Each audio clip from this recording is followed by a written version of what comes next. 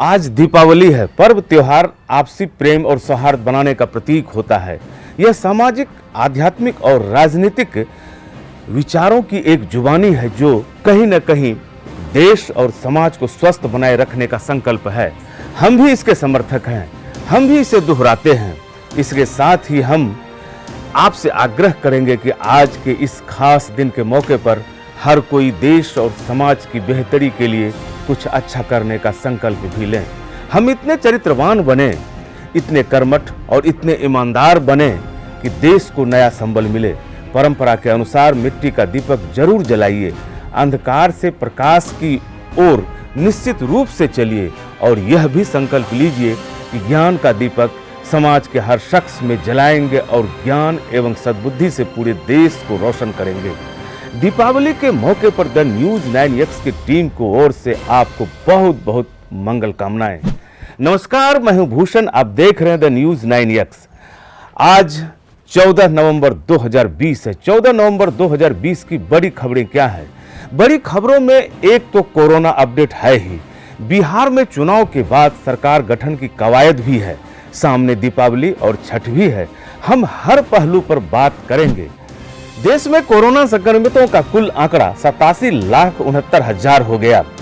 इनमें से 81,75,000 संक्रमितों ने कोरोना को मात दे दी। अब तक 1,28,000 संक्रमित काल के गाल में समा चुके हैं। कोरोना को देखते हुए दिल्ली सरकार ने छठ घाट पर छठ मनाने से मना कर दिया है। शुक्रवार को देश भर में 50,000 से अधिक नए कोरोना संक्रमित मिले। दिल्ली, केरल और बंगाल में फिर से संक्रमण के मामले बढ़ने लगे हैं।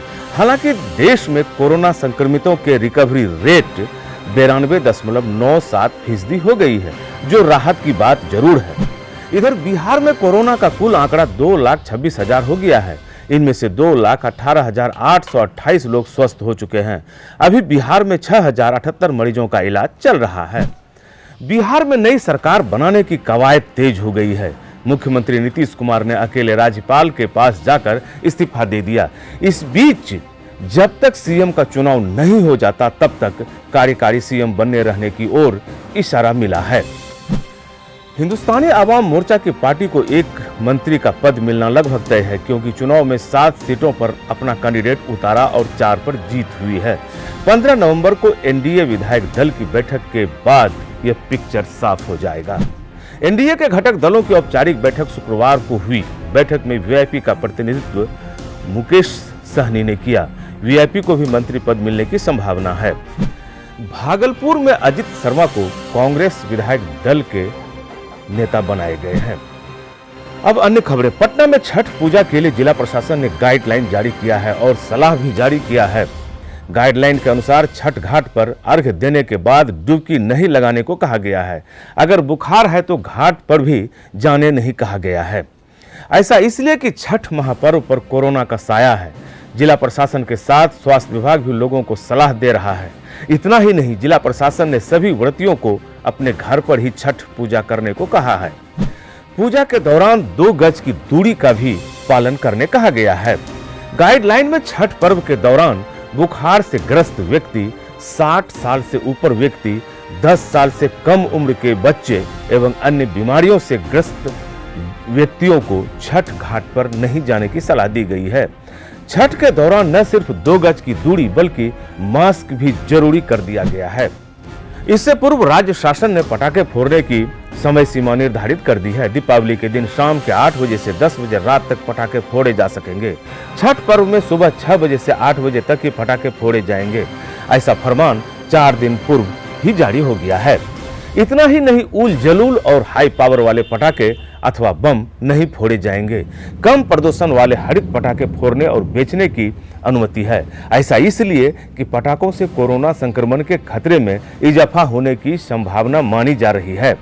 आपको बता दें कि सारे एहतियात कोरोना को लेकर बरती जा रही है, क्योंकि फेस्टिव सीजन और ठंड का मौसम कोरोना संक्रमण के लिए काफी संवेदनशील माना जा रहा है। आनंद विहार से सीतामढ़ी जा रही लिच्छवी एक्सप्रेस ट्रेन के इंजन के एक हिस्से में बिजली के शॉर्ट सर्किट से आग लग गई। हालांकि त्वरित कार्रवाई करते हुए आग पर काबू पाया गया। घटना मुजफ्फरपुर में घटी। किसी के हताहत होने की खबर नहीं है। गोपालगंज के करड़िया गांव में बिजली के शॉर्ट सर्किट से गन्ने के खेत में आग लग गई। इस घटना में करीब 4 एकड़ में लगी गन्ने की फसल जलकर राख हो गई। किसानों ने आवेदन देकर फसल मुआवजे की मांग की है। सुपौल में कुम्हलेट पुल के समीप डेलीवेरी कुरियर के डिलीवरी बॉय को गोली मारकर जख्मी कर दिया गया और उसके पास से 22,000 रुपया छीनकर अपराधी चलते बने। लुटेरों की संख्या 3 थी। उन लोगों ने डिलीवरी बॉय की बाइक ओवरटेक कर रोका और घटना को अंजाम दी। घायल डिलीवरी बॉय का नाम तरुण कुमार है। वह पिपरा थाना क्षेत्र के कटैया का रहने वाला बताया गया। वह गम्हरिया से कुरियर डिलीवर कर बाइक से सुपौल जा रहा था। बेगूसराय में राजकीय कृत एवं परियोजना स्कूलों में SC/ST शिक्षकों के प्रमोशन की रिपोर्ट के मामले में स्थापना शाखा की उदासीनता पर विभाग सख्त हो गया है। नाराज RDDE ने स्थापना शाखा के DPO और DEO से शो कॉज कर दिया है। मोहलत 1 सप्ताह की दी गई है। दीपावली और छठ के मौके पर मधेपुरा में डीजे, ऑर्केस्ट्रा व अन्य रंगारंग कार्यक्रम पर बैन लगा दिया गया है। समझा जाता है कि कोरोना को लेकर प्रशासन ने यह एहतियाती कदम उठाया है ताकि अनावश्यक जमघट न लगे। पूर्णिया जिले के सरसी में बेनी सिंह हत्याकांड के आरोपी पुंकेश सिंह ने आत्मसमर्पण कर दिया। उन्होंने प्रथम न्यायिक दंडाधिकारी के न्यायालय में आत्मसमर्पण कर दिया है। पुलिस अधिकारी उससे पूछताछ करने के लिए रिमांड पर लेने की तैयारी कर रहे हैं। बिहार के मुजफ्फरपुर जिले के औराई बाजार में 10 धुर जमीन के लिए विवाद ने हिंसक रूप ले लिया। 2 गुटों में इस कदर मारपीट हुई कि एक की जान चली गई और कई घायल हो गए। दोनों पक्ष मुजफ्फरपुर के SKMCH पहुंचे। विरोधियों को देख एक दूसरे के बीच अस्पताल में ही मारपीट चलने लगी। देखते ही देखते अस्पताल परिसर रण क्षेत्र बन गया। दोनों गुटों को किसी तरह समझा बुझाकर शांत किया गया। छपरा जिले के टाउन थाना क्षेत्र में एक व्यवसायी की हत्या चाकू से वार कर दी गई। बक्सर के कृष्ण ब्रह्म थाना क्षेत्र में एक युवक की हत्या चाकू गोद कर दी गई। बताया गया कि युवक के बदन पर कई जगह जख्म हैं। मुजफ्फरपुर से गायब पूर्णिया की छात्रा बरामद हो गई है। इस सिलसिले में जिस नर्तकी को गिरफ्तार किया गया था उसे जेल भेज दिया गया है। बरामद लड़की ने बताया कि नर्तकी की एक रिश्तेदार उसे काम कराने लेकर सीतामढ़ी गई थी। बिहार होते हुए हरियाणा के रोहतक से असम जा रही एक एम्बुलेंस ट्रक से टकरा गई। इस घटना में एम्बुलेंस के चालक की मौत हो गई। एम्बुलेंस एक रोगी की लाश को लेकर उसे घर तक पहुंचाने जा रहा था। बिहार में रोड पर कई बड़ी घटनाएं होने लगी हैं। हाजीपुर से सुपौल जा रही मक्खन लदी टैंकर को मोतिहारी के कोटवा चौक के पास अपराधियों ने लूट लिया। मक्खन चोरी कर ली गई। ड्राइवर की गला दबाकर हत्या कर दी गई और चेहरे पर तेजाब डाल दिया गया ताकि पहचान नहीं पाए। चालक की लाश टैंकर के केबिन में ही छोड़ दिया गया। बाद में पुलिस ने उसके आधार कार्ड से पहचान की। वह बख्तियारपुर का था।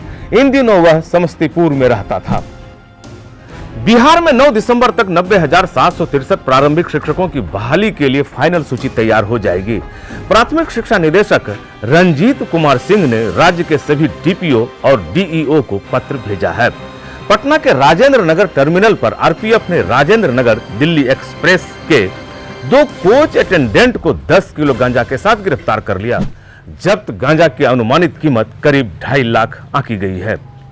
मधुबनी जिले के कोसी दियारा के भगता गांव के पृथ्वी चौपाल ने अपने ही हाथों अपनी दुनिया उजाड़ ली। उसने पत्नी से 200 रुपये मांगा। पत्नी ने बताया कि वह रुपये खर्च हो गए।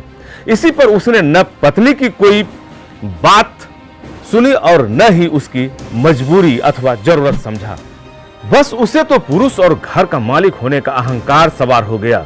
औरत को पांव की जूती समझ उसने लात भूसे और बांस के डंडों से पत्नी को पीटना शुरू कर दिया। उसके बदन पर डंडे बरसाना शुरू कर दिया। डंडे तब तक बरसाते रहे जब तक पृथ्वी की पत्नी ने दम नहीं तोड़ दिया। अब जानते हैं मौसम के बारे में। छठ तक जरा संभल कर। पछिया हवा चलेगी और ठंड से कपकपी लग जाएगी। लगातार ठंड का असर बढ़ता ही जा रहा है और तापमान गिरता ही जा रहा है। अनुमान किया जा रहा है कि यूरोपीय क्षेत्र और सेंट्रल एशिया से आने वाली बर्फीली हवा जम्मू कश्मीर, पंजाब, दिल्ली और उत्तर प्रदेश में कड़ाके की ठंड लेकर आएगा। इसका असर मैदानी इलाके में भी होगा। न्यूनतम तापमान 10 डिग्री सेल्सियस की ओर जाने लगेगा। हम आपको मौसम की खबर बताकर जागरूक कर रहे हैं कि अचानक आई ठंड शुगर प्रेशर वालों के लिए काफी खतरनाक होती है। छोटे छोटे बच्चों के लिए भी यह हवा परेशानी पैदा कर सकती है। और है कुछ क्या? ये थी बिहार और बिहार से जुड़ी महत्वपूर्ण खबरें कैसी लगी अपना सुझाव कमेंट बॉक्स में दें। अगर आप हमारा ये वीडियो फेसबुक पेज के माध्यम से देख रहे हैं तो फेसबुक पेज लाइक करें। अगर आप हमारा ये वीडियो यूट्यूब पर देख रहे हैं तो YouTube channel the news 9X subscribe करें।